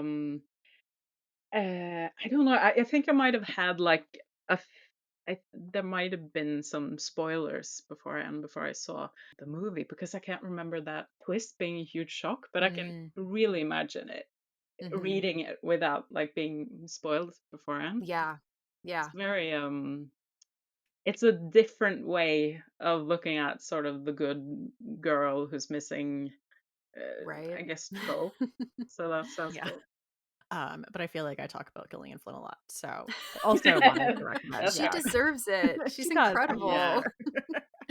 But I also wanted to leave you with Looking Glass Sound because it is also incredible Mm. in the way that it is like a nesting doll of a narrative of like it's a story within a story within a story, and like at no point do you know where in that nesting doll you are.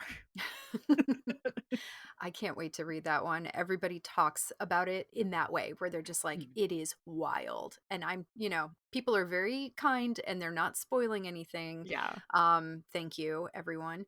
And I have it. I own it. It's on my shelf and I will get to it eventually. And I cannot wait for when I do. definitely. I also think it's one that would really be a rewarding rereading experience for me. Like going Nice. back and like trying to see if I can see the clues, see if there were Hmm. things laid forth for you. Yeah. Um, yeah, those are my read-alikes for fan favorite episode, Bad Blood. Okay, so my next pick is not exactly an episode, but it's the ongoing storyline of Mulder's sister Samantha's disappearance.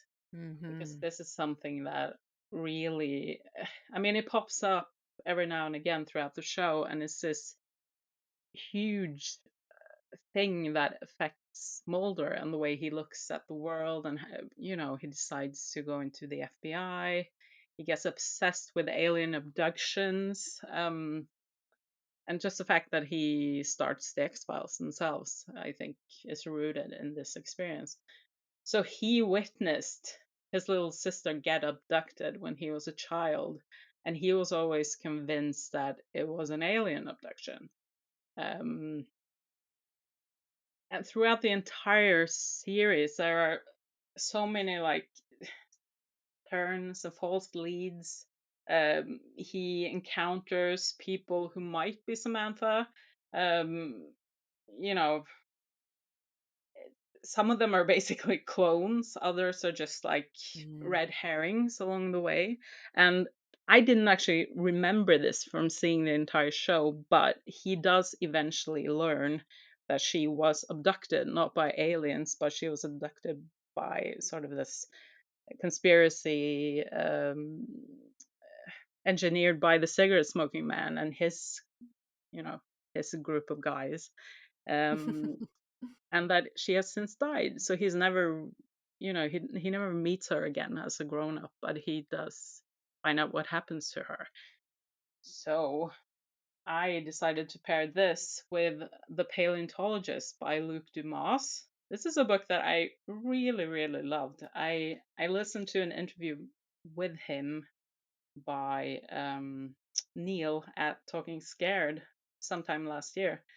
And it just, of course, it didn't spoil anything, but just the whole story setup just made me really want to read this. And I think it fits well for the storyline of Samantha's disappearance because this book follows a young man named Simon. He's a curator of paleontology, so dinosaur bones, basically.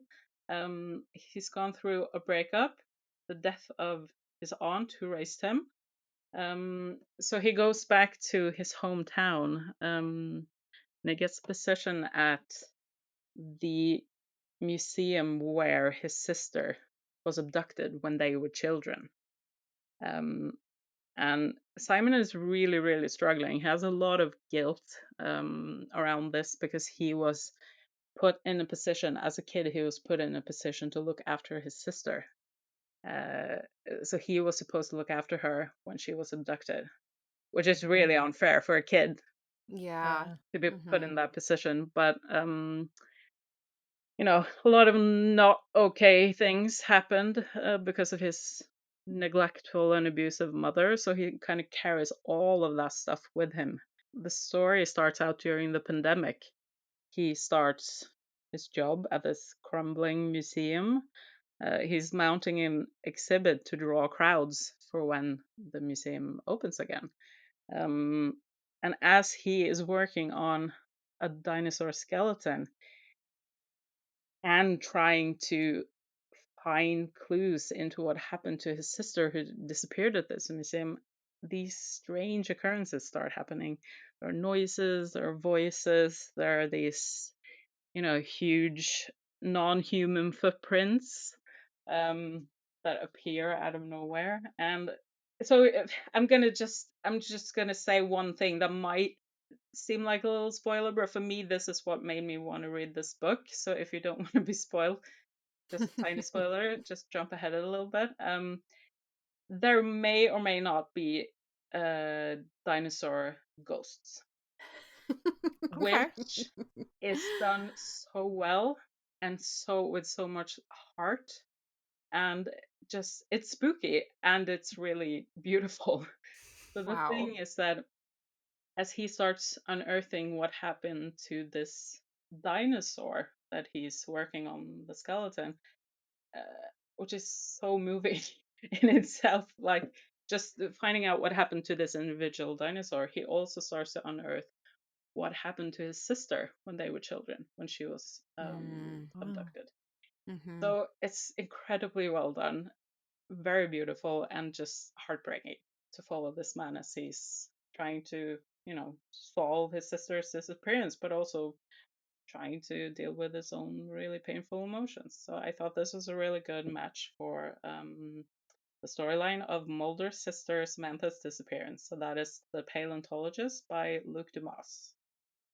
That's I such love a that. smart pairing. Yeah. Yeah, that's so creative. Thank you. I haven't read The Paleontologist yet, but yet again, it is on my shelf Yeah, waiting for me. yeah. I am so excited. I really liked that interview on Talking Scared as well. And that I was like, well, Yeah. guess I'm going to purchase myself a copy of that Yeah, book. yeah, yeah. Um, so I can't wait to get to it and think about it with that framing of like, Yeah. thinking about it with Mulder. Because Right. really, you're so right, Annette. Like Samantha's disappearance in the show dictates pretty much every decision Mulder makes. Yeah, It is like one of the biggest driving forces for that character and therefore the entire show. Like right. the entire plot unfolding throughout all like however many seasons we have now Hmm. is Samantha. So that Yeah. yeah, it's I'm glad you called that out as an important theme. All right, my last pick is season 4. I feel like I did a lot of season 4s. Season 4, episode 6, Sanguinarium. This is just like a classic supernatural monster of the week episode. It is pretty solid. The opening of it has been burnt into my brain for like 25 years. It is disgusting. I am not going to say what it is. I'm going to let people discover or rediscover it at their own leisure. It's gross, man. Like I think It's about it all so the time. sad. It's so sad. The whole it's the episode is kind of sad. Yeah. And it's also very gory again, so heads up for like another gory one. But this episode examines our youth obsessed culture and how Mm. people will do like anything to avoid aging. And I don't just mean getting plastic surgery, getting work done. I mean the occult. People will absolutely lean into the occult to avoid aging in any capacity. So, in this episode, Mulder and Scully are called to a plastic surgery clinic where patients are being killed by the doctors performing the procedures on them. This is why it gets really gross. It is like plastic surgery gone very wrong, and it's like medical gore. So, heads up for that. But the doctors all seem to be in a kind of fugue state when they are committing the alleged murders or when the accidents occur. So, this episode, it dabbles in some really fun occult stuff and it has some great twists in it. Like, it really is just like a satisfying episode to watch. And overall, it's an easy one off other than the gore. But if you can handle the gore, it's not as gory as, well, actually, I don't know. It's pretty gory. I don't think it's as gory as Home. But if you don't want to deal with a ton of the mythology, this is a solid Yeah. Monster of the Week episode. And my read alike for this is Youth Juice by E.K. Sathu, which admittedly is not a whole lot like Sanguinarium, but the main comparisons are dastardly dealings surrounding the beauty industry, occult activity, obsessions with youth and perfection, and body horror. Lots of body horror in both. Youth Juice is one of my favorite books of this year so far. I really ate it up. Not only is the premise great, but the writing is fantastic. I underlined so many passages in this book. Like I posted on Instagram, like all of these like markups in my pages. I was just like really loving the way that it was worded. Like it was great. It was a wonderful reading experience. And it's kind of hard to summarize Youth Juice because it's mostly a character study. But we follow Sophia, who is like approaching her 30s or in her 30s. I wasn't entirely clear about that, but her 30th birthday looms large in her head, whether it's happened already or not. And she's kind of seeing that baby cheeked youth leave her, and her life, she feels like her life is just slipping away. But she luckily gets an incredible job in marketing for like a very buzzy beauty startup. And once she starts there, she is very quickly sucked into the inner circle of this startup and made aware of the extremely dark secrets that this beauty brand has, and what its success is based on. And she is fine with that. She has no inner turmoil whatsoever about some of the really disturbing stuff that she discovers about her new job. And this really leads her down a dark and terrifying path where she is basically driven to insanity. There's murder, there's talking to dead bodies, there's lost time, there's lots of blood, all different stylings of blood. And in tandem to Sophia's current adult life, we also get flashbacks and her own musings about her teen years in the early 2010s. It kind of follows her intense and flawed relationship with her best friend growing up, Mona. Mona is someone who really struggled a lot and had a lot of insecurities and a really difficult life, and she used a lot of unhealthy coping mechanisms to deal with that. And without spoilers, I'll just say that Sophia's connection to Mona scarred her deeply, and as an adult, it manifests in her engaging in some really gnarly self harm in the form of biting her nails and fingers. So, if you are someone who does not like the idea of a hangnail being pulled too far, like big trigger warning for that in Youth Juice. But basically, the moral of the story is that there is no shortcut to happiness and there's no magic pill or cream that will fix your problems. The only way to supreme happiness and success is to undermine the people closest to you, and in some instances, just let them die. And then you can have all the amazing things that they have. So that's basically the vibe of Youth Juice. I really recommend it if you like critiques of the beauty and wellness culture, and if you enjoy commentary on aging and messy female friendships, and if you're into Elizabeth Bathory. And also, I feel like, I really like this trope, and I'm going to go see The Substance later today, like when we're done chatting. Yeah, I'm like so excited. I love that we're having all of this like youth anxiety, youth obsessed beauty culture critique in our horror now. I think it's so appropriate. It's definitely a good platform to talk about that topic. Like horror as a genre is a good way to talk about it. So I'm really excited, having watched Sanguinarium and read Youth Juice, and now to go see The Substance and watch Demi Moore become unhinged. I can't wait. But I would say Youth Juice is kind of a cold fridge book. There are moments in it that are very disturbing and pretty gross.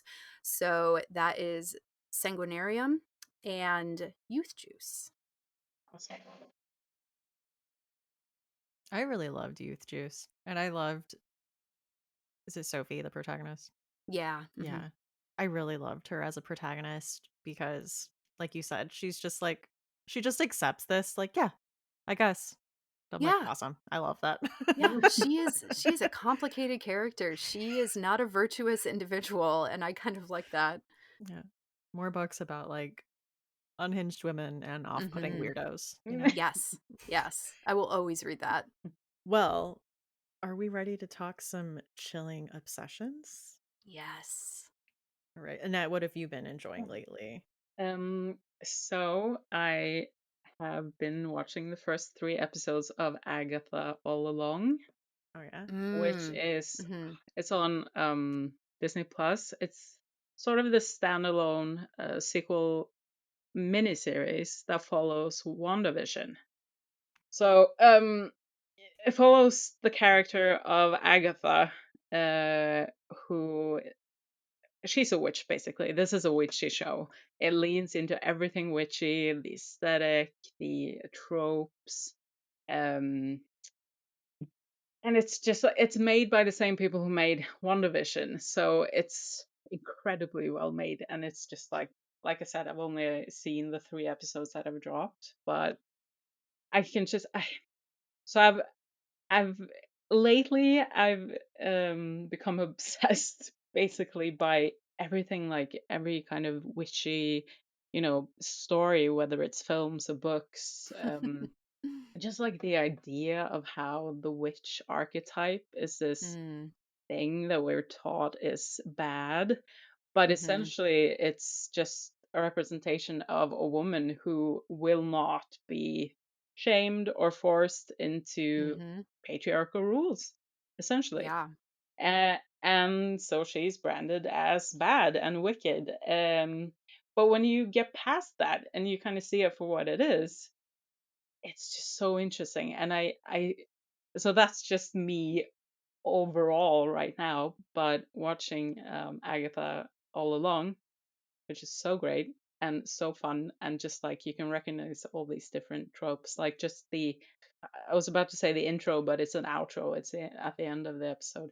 They have these incredibly fun clips from different kinds of media that feature witches. And it's just Ooh. the fact that they kind of dip into different things from society, from media. That's just, I love that. So I recommend that I recommend it, period, because it's a great story. But I also recommend it for anyone who wants more witchy content in their Yeah. lives. So that's Agatha All Along on Disney Hmm. Plus. Annette, did you watch WandaVision before Yes, I watching did. Agatha All Alone? Okay. Yeah. I watched the first episode of Agatha All Alone and Mhm. I thought it was like aesthetically amazing. Yeah. The acting was fabulous, but Yeah. I knew I was missing something because I have not seen Sure. Yeah. WandaVision. You Yeah. need And to. so, yeah, I was like, yeah, it seems like a thing I have to watch Sure. WandaVision I for think, to really yeah. understand. I think it could, I think it would help, but it makes more like the first episode where she's trapped in her own mind in the spell, where she's Yeah. living this Nordic noir Yes. procedural, which is hilarious. Um, Yeah. that kind of makes more sense when you've seen Wonder Vision, but I think maybe like the main story that develops throughout the second and third episodes, um, that's kind of its own thing. But of Okay. course, everything makes more sense if you watch WandaVision. Plus, Yeah. WandaVision is great on its own. So Yeah, that's that what I was saying. I Hmm. loved yeah, WandaVision. I think it's yeah. been my favorite Mm. of Mm. the Oh, it's Marvel like really show good. rollouts. Like I loved it. Yeah, Okay. Good to very, very know. good. I gotta catch up. I'm so Yeah. behind. All right. So my chilling obsession. So I have two chilling obsessions. The first one, this might be, I hope this isn't like weird. I want to plug Micah Castle's Patreon. So Micah is a horror author local to the Pittsburgh area. He writes really fun, I'm gonna say fun, cosmic horror stuff. Like, I mean, he has a good range, but like everything I have read of Micah's has been really like fun cosmic horror, like mind bending stuff. Um, his most recent, I think it's a novelette, it's pretty short, is called A Home in the Darkness, and it starts off as a haunted house story and then just absolutely it just shifts in ways that like you don't even realize. At first you're like, whoa, some weird little things seem off here. Oh, some details seem to be shifting a little bit. And then all of a sudden you're just like, oh my God, where are we? What's happening? So that was really fun. But Micah's Patreon, he does such a good job. He's doing right now for upper tier patrons choose your own adventure story where he writes like parts of the story and then gives you options to vote on for how to progress with the story. And then upper tier patrons vote how we want the story to go, how, you know, choosing our own adventure. And then he writes that for us. And then it just like keeps going. It's so much fun. And then also he sent out recently to upper tier patrons, this is I'm like, this is so fun, but it's also really fucked up. He hand wrote serial killer letters and mailed them to us. It was so cool. I like Mark like got the mail. He's like, what is this? And I'm like, it's my serial killer letter from Micah. And I'm like tearing it open. Just a normal sentence to say. I know. But it was such a good idea. So he's got so many fun creative ideas. He's a great writer. So I encourage folks to check out Micah Castle's Patreon. And then my second chilling obsession is one that I return to, and it has to do with kind of my hometown murder. You know, if people are familiar with that phrase, it is a piece of true crime writing. It is a fabulous piece of true crime writing. And I grew up, everybody knows, I grew up in the Finger Lakes region of upstate New York. I talk about it all the time. And the town next to mine experienced a really horrific abduction and murder that happened when I was like 8 years old. And this obsessed my brain as an 8-year-old, of course. And my like de facto big sister, who was my next door neighbor, she was like my babysitter. Her and her friends were, of course, like feeding all of these weird little things into my poor little child brain about like the killer's gonna come to our town, like the killer's coming to Groton, blah blah blah. He did not. I mean, they caught him. They figured it out. But there is a absolutely stunning piece of writing that talks about, so I grew up outside of Ithaca.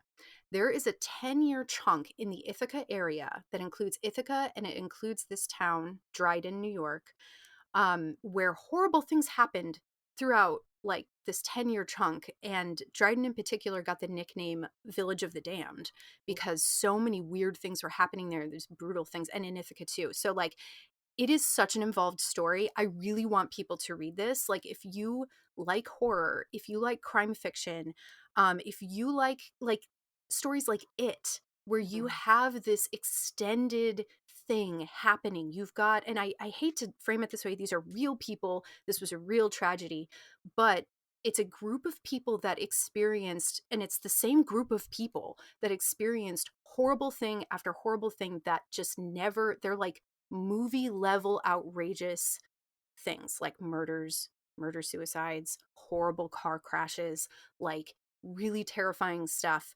And there is this piece of true crime writing. It's a long form that I return to every once in a while to read about this. It's so beautifully framed. It does justice to all of the people who were victimized and the people who were left behind. And this past time when I went back to revisit it, I never noticed this before because this name was never important to me until a few years ago. It was written by E. Jean Carroll. So What? yep. The piece is called "The Cheerleaders" by E. Jean Carroll. It was published in Spin in 2001, and you can read it online for free. You can also weirdly purchase an ebook for 99 cents on Kindle of this long form article. But I'm pretty sure that Kara Thomas's "The Cheerleaders" is based on this story.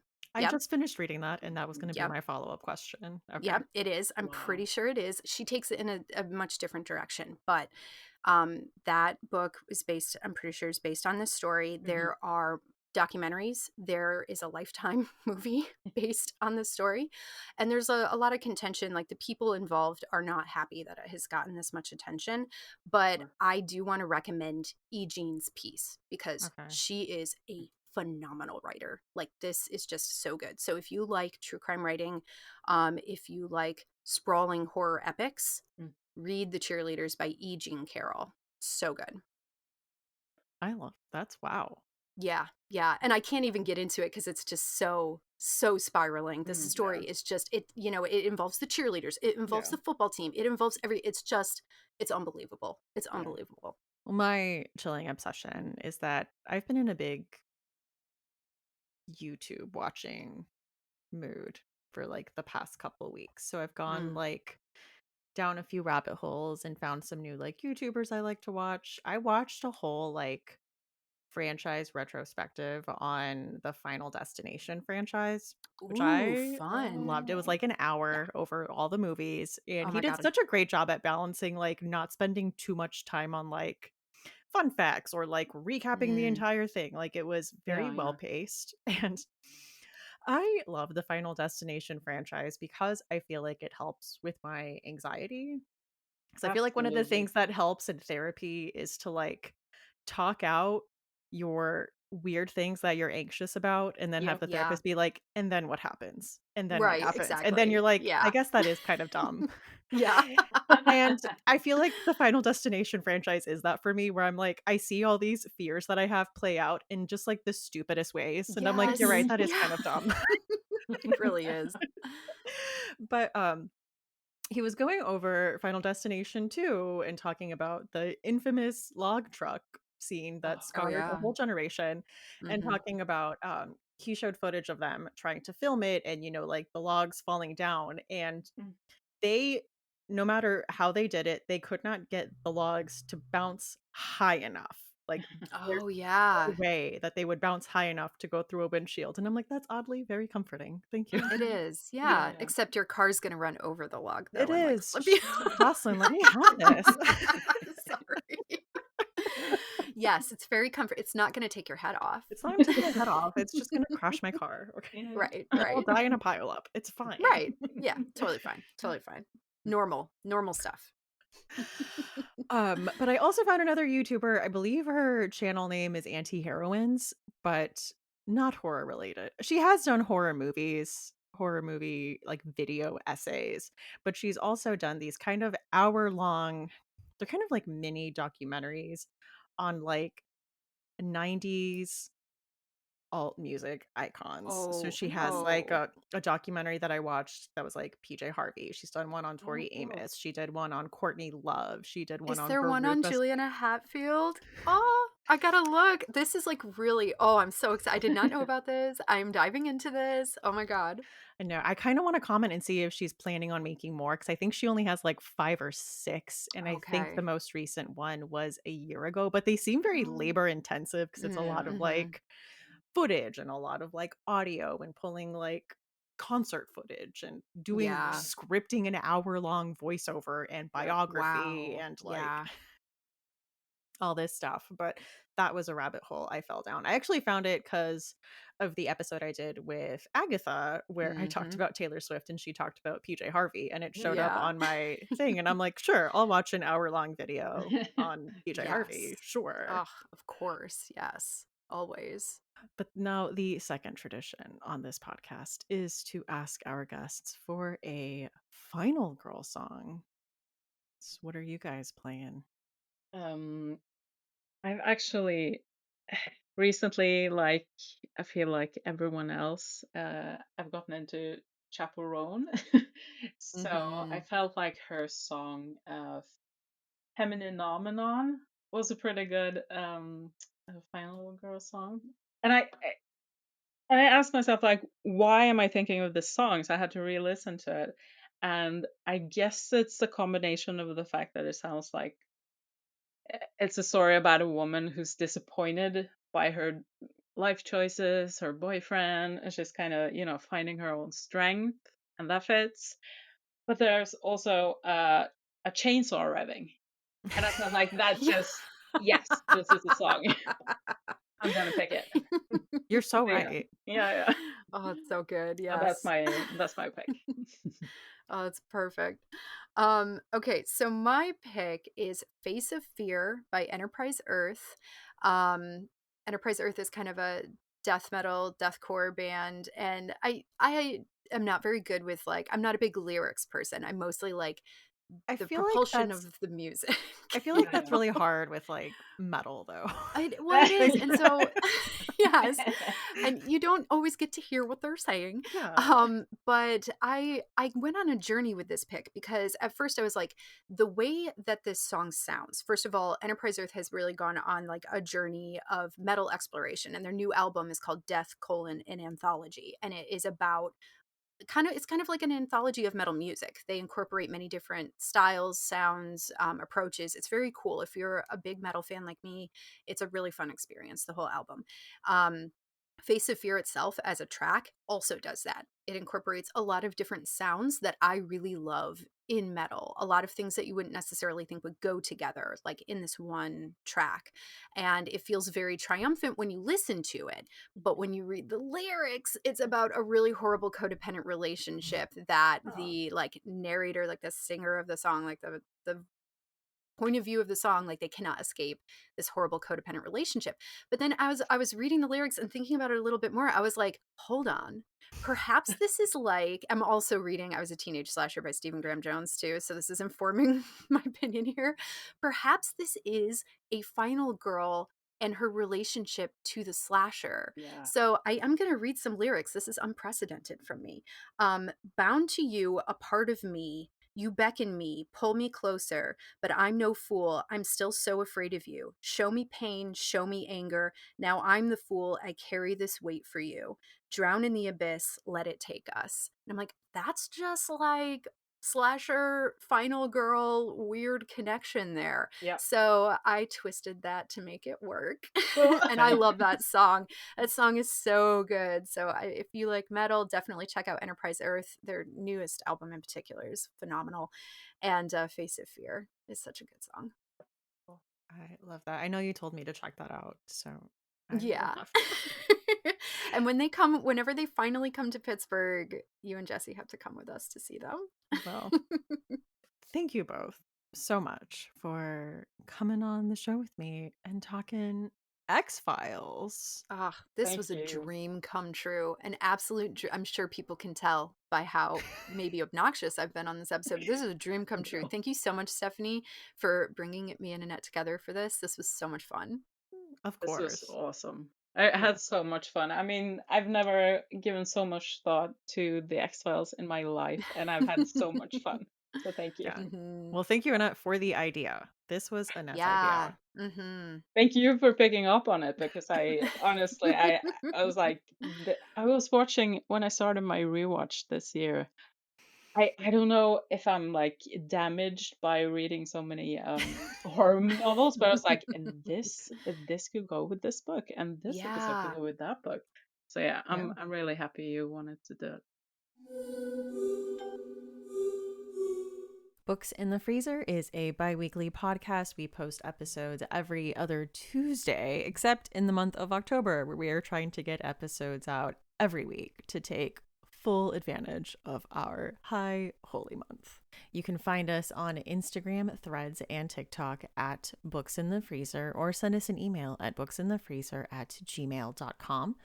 Show notes for this episode and all previous episodes are at booksinthefreezer.com, where you will find a list of the books mentioned, as well as a link to the aforementioned Final Girl playlist. But not just that, you can also find some merch there. There's a link to our TeePublic shop where you can get your very own What's Your Final Girl song shirt or sweater. TeePublic has options. Check it out.